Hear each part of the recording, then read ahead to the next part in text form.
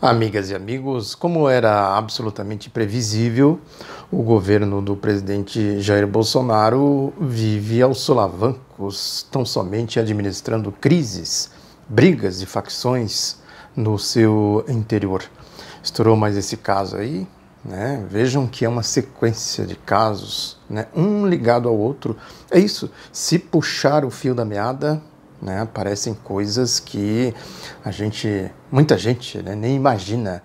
Agora, evidentemente que isso não é novidade. Quem me acompanha aqui, por exemplo, sabe, né, que eu disse que o Jair Bolsonaro, né, do ponto de vista das acusações da Operação Lava Jato, ele era muito pior do que, né, uma grande maioria dos que são acusados, presos e tal. Estou falando do Lula, não.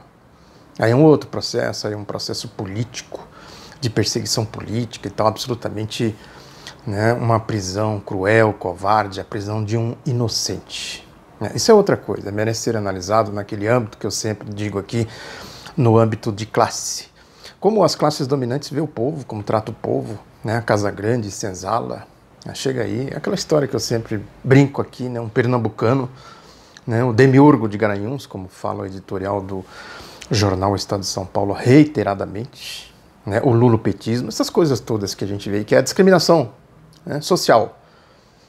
Eu sempre digo aqui que a discriminação social tem essa questão que ela permeia a pirâmide social de alto a baixo. Aí ela vai tendo as suas transversalidades. Aí atinge os segmentos mais vulneráveis, podemos chamar assim, da sociedade e da população, que são os negros, a população LGBT, né, os pobres em geral, né, quem tem a herança dos 400 anos, quase 400 anos de escravismo, né, quem tem a herança, né, do trabalho no campo, né, quem tem a herança, né, do operariado, enfim, o proletariado, como se diz comumente. Essa discriminação ela vai permeando, né, ela vai se expandindo pela sociedade com as manifestações mais estúpidas, né, mais grosseiras, mais pervertidas, que é a característica da elite brasileira. Foi assim que ela se sustentou como classe escravista por 380 anos, mais de 380 anos. É preciso que a gente compreenda as coisas, né, nesse parâmetro, para a gente entender, né, fazer a distinção, né, do que são as acusações que eles fazem aí, né, contra o lulopetismo, PT, né, e o que existe de fato. O que eles acusam, o lulopetismo, é a prática deles. Sempre digo isso aqui, eu repito, porque essa é uma questão que a gente sempre tem que ter como referência quando a gente trata de crises como essa. Eles vão administrar como? A lógica, eles vivem assim nas suas residências, nas suas mansões, nas suas propriedades, nas suas empresas, nas suas relações sociais, nas suas relações econômicas, né, nas suas relações de trabalho. A vida deles é essa, de construir atalhos, é a indústria da gambiarra, da maracutaia, que eu sempre falo aqui, né, de como eles vão pegando, se apropriando da riqueza do país, né, da produção da riqueza do país, por esses mecanismos de sonegação de imposto, né, de criar legislações contra o povo, a favor deles. Está aí a reforma da Previdência. Observem um detalhe importante na questão da reforma da Previdência. Por que eles têm essa obsessão pela reforma da Previdência? A impressão que dá é que, do jeito que eles tentam fazer o povo acreditar, é que com a reforma da Previdência, reforma entre aspas sempre, não é reforma, desmonte da Previdência, tudo estará salvo. Tem até uma matéria na Exame, na revista Exame, aí da editora Abril, ligado aí ao mundo, né, do capital, dessa turma aí do dinheiro e tudo mais, que ela diz que quem vai se beneficiar, no final das contas, da reforma da Previdência é o povo. Por quê? Vai ter mais emprego, vai ter mais isso, vai ter mais aquilo e tal. Né? Agora, o Brasil tinha pleno emprego até 2014, quando começou a crise brava, o agravamento da crise, deflagrada pela marcha golpista de meados de 2013. Quem se beneficiava efetivamente, né, de uma política de Estado naquele tempo? E quem vai se beneficiar agora de uma política de Estado, né, com a reforma da Previdência, a reforma trabalhista e a emenda constitucional 95? Portanto, vejam como são as coisas. A reforma da Previdência vai criar emprego, vai salvar o país. Enfim, vai atrair a turma lá do... Eu já falei aqui recentemente disso, a turma do capital, né? Dos jatinhos, dos aviões. Né? Jarbas, ligue aí os motores, aqueça as turbinas. Vamos procurar aí pelo mundo afora lugar que a gente possa criar empregos, possa investir. É mais ou menos assim como se fosse um conto, né, de ficção, né? Daria aí sem dúvida alguma, uma ficção de ironia, né? Agora eles tratam isso, passa para o povo, como se fosse realmente algo, uma panaceia. É a reforma da Previdência vai curar todos os males e tal. Agora, quando a gente põe a lupa na reforma da Previdência, né, tirando o seu sentido perverso, que é perverso, né? Essa combinação aí da proposta, né, que vai tramitar no Congresso Nacional, de 65 anos de idade mínima, né, para os homens, e 62 para as mulheres, né, a combinação disso com o sistema de privatização, que na prática é privatização, né, mesmo a Previdência Social que vai ficar aí, né, vai ser administrado pela lógica do sistema financeiro, o que se chama de contribuição definida e benefício indefinido. A pessoa contribui, o rendimento daquela contribuição, quando ele for usufruir, é o que ele terá para viver, quem viver, né, quem sobreviver, né, na lógica deles, evidentemente, lógico que isso tudo, né, vai criar crise social, né, não dá para fazer aqui futurismo, mas a realidade que vem pela frente, né, por essa lógica, é muito perversa, né, que é exatamente essa lógica a volta do escravismo, a abolição, né, de todas as conquistas civilizatórias do século XIX para cá, sobretudo aí da Revolução de 1930. Agora, teria que o aposentado, né, vai se aposentar, se tudo der certo, com 65 anos de idade, no caso do homem, 62 a mulher, né, vai receber, né, tirando aí a turma da transição, tem essa fase de transição, que agora eles estão dizendo que são 10 anos tão somente, a proposta original lá do golpista Michel Temer era 20 anos, tirando essa transição, o que sobra é isso aí, a perspectiva de uma aposentadoria aos 65 anos, né, e com o que ele vai receber das aplicações que ele fez, como se ele fosse um acionista de uma empresa, né, vai investir ali, fazer um investimento, um fundo de investimento, o que aquilo render, né, se ele conseguir, é isso aí, se ele conseguir fazer isso. Né. A lógica da Previdência Social é da contribuição definida e do benefício indefinido. Aliás, do benefício definido, né, que a pessoa sabe quanto ela vai receber no final, quando ela se aposentar.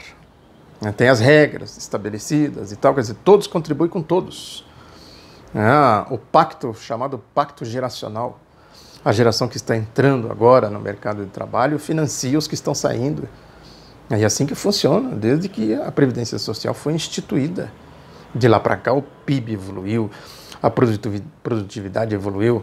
Qual é o argumento que se usa por aí, os neoliberais?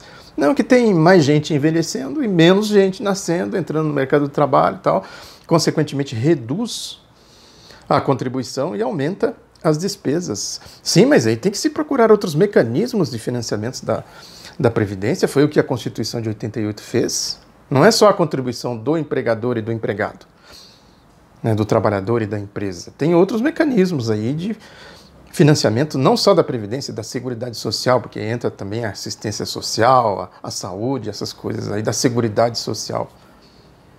Né? Ou seja, estão tirando uma coisa que é essencial do povo, dizendo que o povo vai se beneficiar disso. E com esta pregação de que, né, o país não terá salvação, que a reforma da Previdência que vai resolver tudo, né, e fica, portanto, um processo político, né, como se fosse o samba de uma nota só. E nisso ele se unifica. Agora a gente vai ver, na realidade, o que está acontecendo é aquilo que eu sempre digo aqui, a gente analisar o orçamento. Né? Como é que é composto o orçamento? Quem é que paga imposto para compor o orçamento? Estão dizendo aí, os colonistas neoliberais, etc., dizendo, não, porque o Brasil gasta aí uma proporção do PIB superior, à maioria dos países da organização OCDE, melhor dizendo, que é a organização, o grupo que reúne, o G20, também, o grupo que reúne as maiores economias do mundo. Agora, dá para comparar a natureza da economia brasileira, da sociedade brasileira com outras? Eu falei aqui, pega o caso da Dinamarca, por exemplo. Quanto se arrecada lá e quanto se paga? Como é que é feita a distribuição da riqueza? Eu acho que tudo isso está sob ataque do projeto neoliberal. Agora, o Brasil teve, repito, quase 400 anos de escravismo, desigualdades sociais brutais. A lógica da Previdência Social era exatamente começar a corrigir esta brutalidade. Ao se revogar esse mecanismo com a reforma da Previdência, volta-se à lógica da brutalidade, da desigualdade social do pré-revolução de 1930.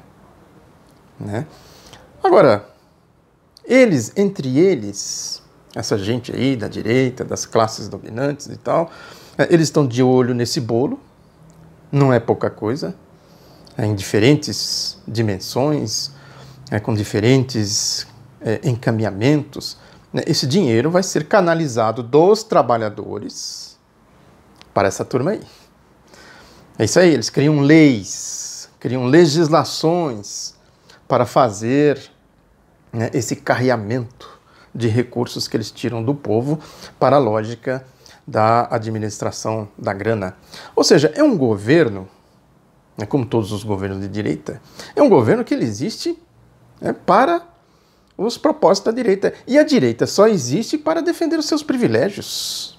A direita não tem projeto de país, não tem projeto para o povo, não tem um ideal desenvolvimentista, não tem um ideal democrático, não tem o ideal de inclusão social, de fazer com que toda a nação se incorpore num projeto de desenvolvimento, para se tornar uma nação próspera, democrática, desenvolvida.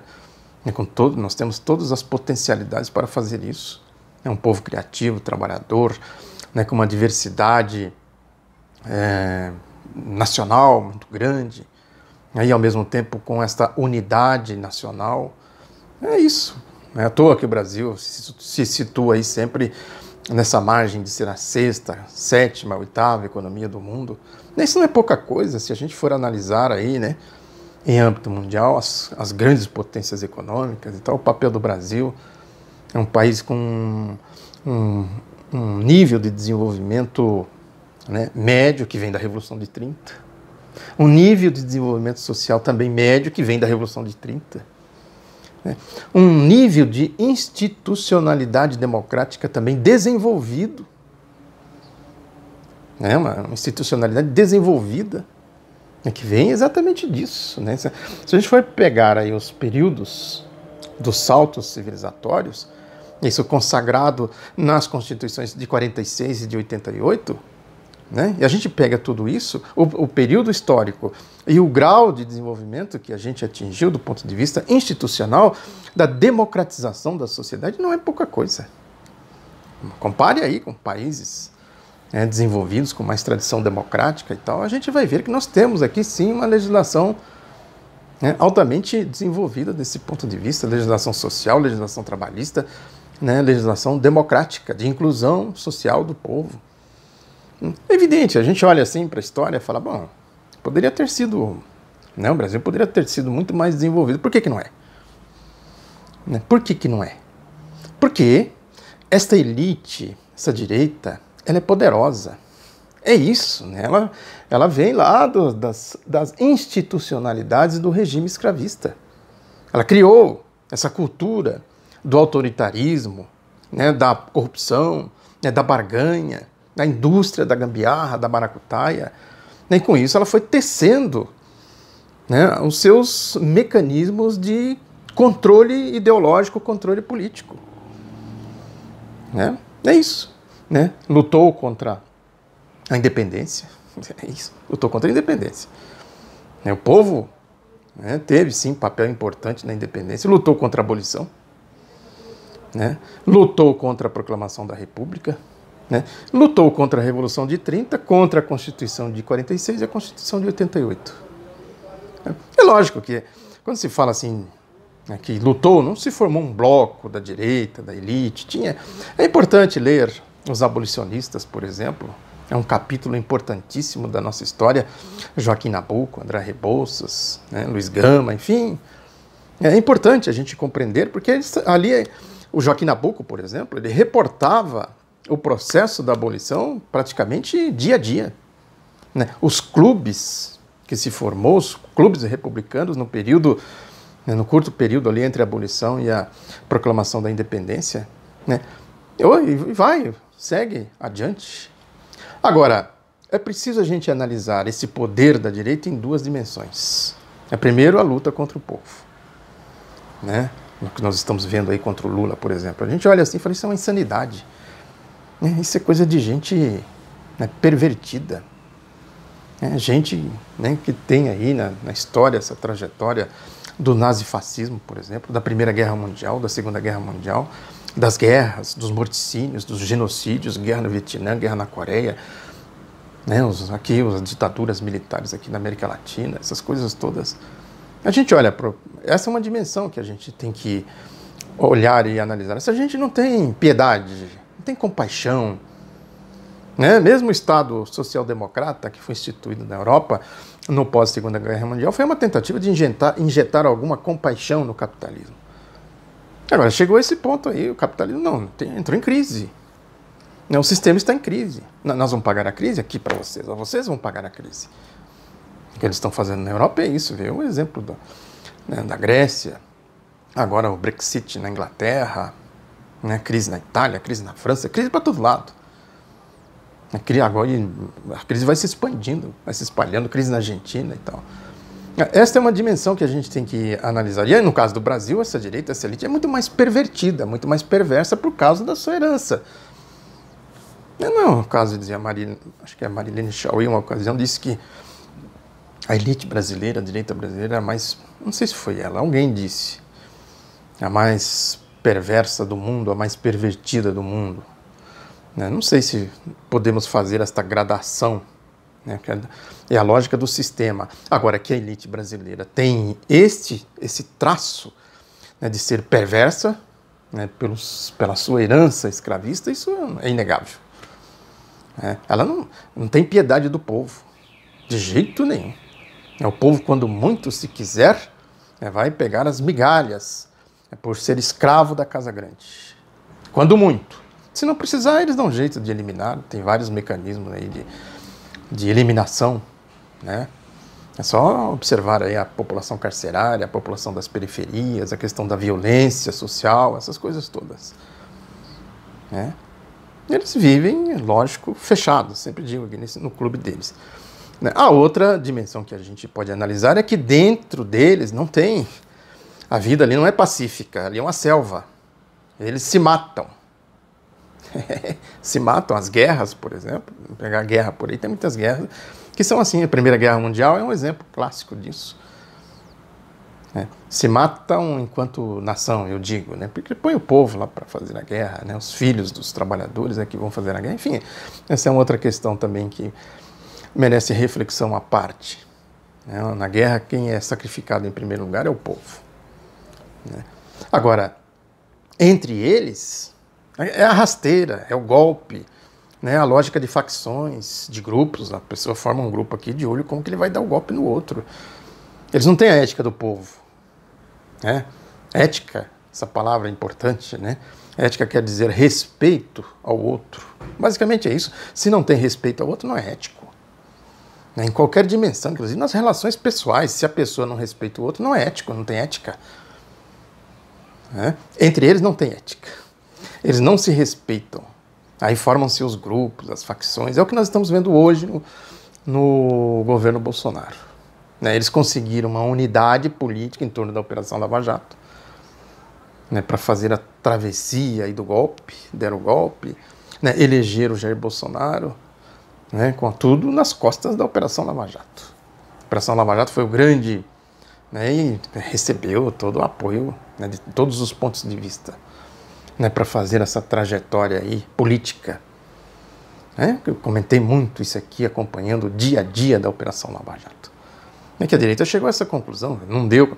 O mundo político, que como eles dizem, aquela história, né, da classe política, eles chegaram os limpinhos para limpar a classe política. Eles, um discurso aí muito comum na boca do Sérgio Moro, Deltan Dallagnol, Carlos Fernando Santos Lima, Robertson Pozzobon e os seus esgotinhos nauseabundos, os antagonistas da vida, MBL, essas coisas todas aí, Josias de Souza, né, essas nojeiras que eles foram formando como subproduto para escoar a sujeira toda do processo golpista, abastecido evidentemente nos grandes grupos midiáticos, nesse cartel mafioso midiático.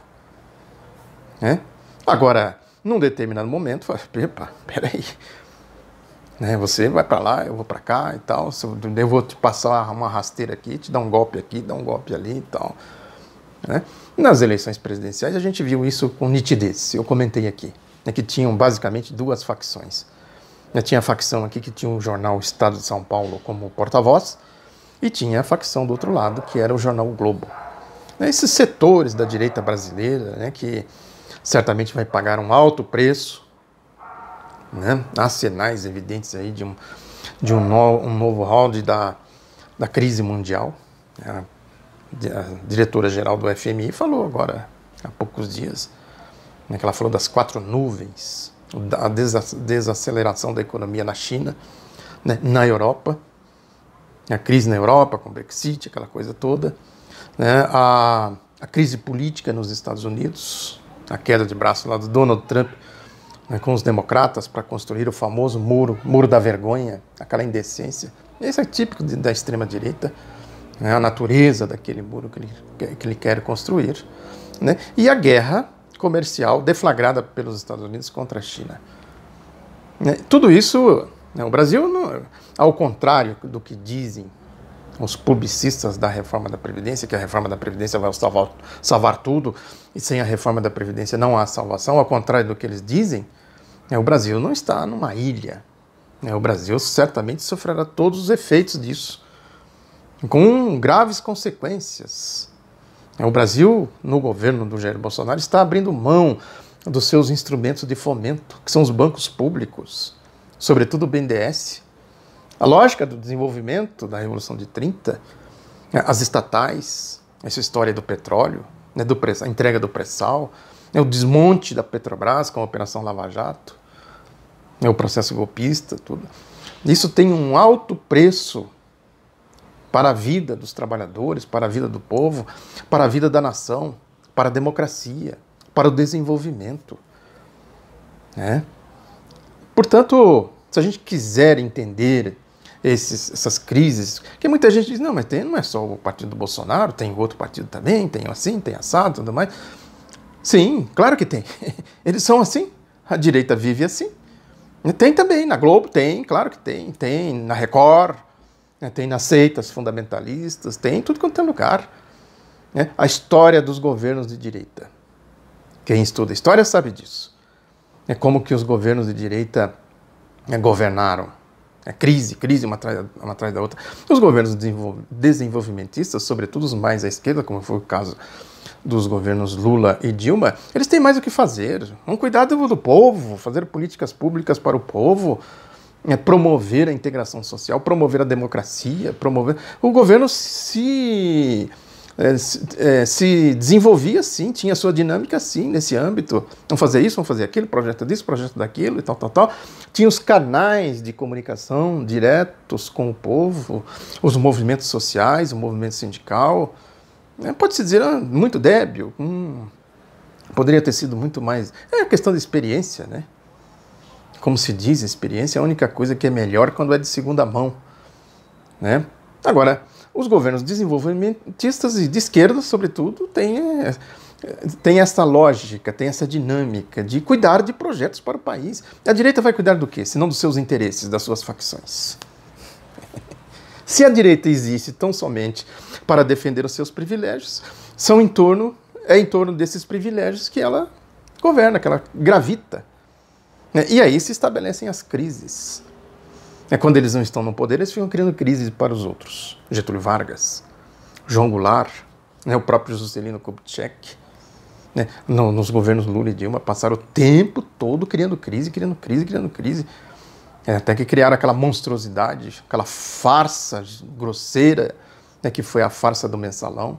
Depois criaram essa coisa horrenda, chamada de Operação Lava Jato. Isso é uma coisa horrenda, coisa tipicamente fascista, na mentira, com conluio, o espectro da Operação Lava Jato. A lógica da mentira transformada em verdade, a força da repetição. Repete, e dá isso como verdade absoluta.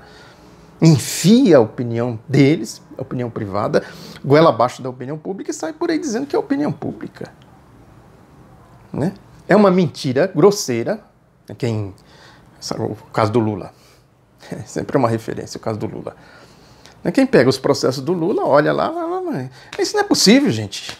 Tem gente doida por aí, tá todo mundo doido, maluco e tal, de prender uma pessoa com base nisso aqui. E mais do que isso, envenenar a chamada opinião pública com base nisso aqui. Sim, é possível, sim. Vê lá no Hitler, lá no Mussolini, o que eles fizeram. Sim, o que eles fizeram em grande parte da ditadura militar aqui no Brasil. O que eles fizeram, em certa medida, em 380 e poucos anos de escravismo. Lógico que hoje o poder de envenenamento ideológico é muito maior, pelos mecanismos midiáticos, o monopólio. É a mesma lógica do regime do Hitler, é um monopólio. Cria-se um monopólio. Esse monopólio é que tem a liberdade de expressão, a liberdade de opinião, a liberdade de imprensa, a liberdade política, a liberdade disso, a liberdade daquilo. Sim, mas eu sou do povo aí, ó. Eu quero dar uma opinião aí. Eu quero gravar aí um depoimento, enfim, participar aí do debate e tal. Tá maluco? Tá maluco? Aqui é democracia. Você é democrático? Você é da democracia ou você não é da democracia? Eu falo, não, eu sou da democracia. Qual democracia? Eu sou da democracia lulopetista. Cai fora. Cai fora. Senão joga os cachorros loucos em cima de você. É isso, eu cansei de dizer aqui. Por que eles não... O Lula estava aí, por que nunca eles entrevistaram o Lula? O medo. É um medo animal, porque o Lula... é a tradução de tudo, eu sempre digo isso aqui, é a tradução de toda essa trajetória. O que ele fez? A história da Marolinha, por exemplo. Agora seria a hora da Marolinha de novo. Não, vai chegar aqui uma Marolinha e tal, quando estourou a crise de 2007, 2008. A própria Dilma também fez isso. Chama aí os mecanismos do Estado para garantir o quê? Sobretudo o quê? Emprego e renda para o povo. Essa é a prioridade. Depois a gente administra as outras coisas, construir casa, Minha Vida, trazer médicos para atender a população, enfim, manter a economia com o mínimo. Lógico que depois deram um golpe, a direita brasileira, aquela história da desoneração da Folha, por exemplo, que eles pegam dinheiro que deveriam investir e vão aplicar na ciranda financeira, no mercado de títulos públicos. Veja bem como é difícil, às vezes, administrar as coisas. É só um processo assim mais acentuado, e aí tem que levar em consideração também a correlação de forças em âmbito mundial, como está composto o poder mundial. Vê o caso da Venezuela. O que eles estão fazendo ali? O crime que eles estão cometendo ali. É um crime, não só contra o povo venezuelano, um crime contra a história. Um processo claramente de ofensiva golpista, para tirar qualquer vestígio de tudo aquilo que foi construído, que foi elaborado como conceito de desenvolvimento, de soberania, de criação aqui, aquela história do que eu sempre falo da Unasul, o processo aí de desenvolvimento do ciclo progressista que se instaurou aqui na América Latina e tal. A Venezuela é uma espécie de um bastião de tudo aquilo lá, de um polo que ficou ali e tal, resistindo. E eles não perdoam. E faz a guerra ideológica, a guerra midiática, a ameaça militar, etc. Para compreender, portanto, o que está acontecendo no Brasil, é só olhar um pouco para a Venezuela que a gente entende exatamente do que se trata. Muito obrigado pela atenção, divulgue o outro lado da notícia, um abraço e até a próxima.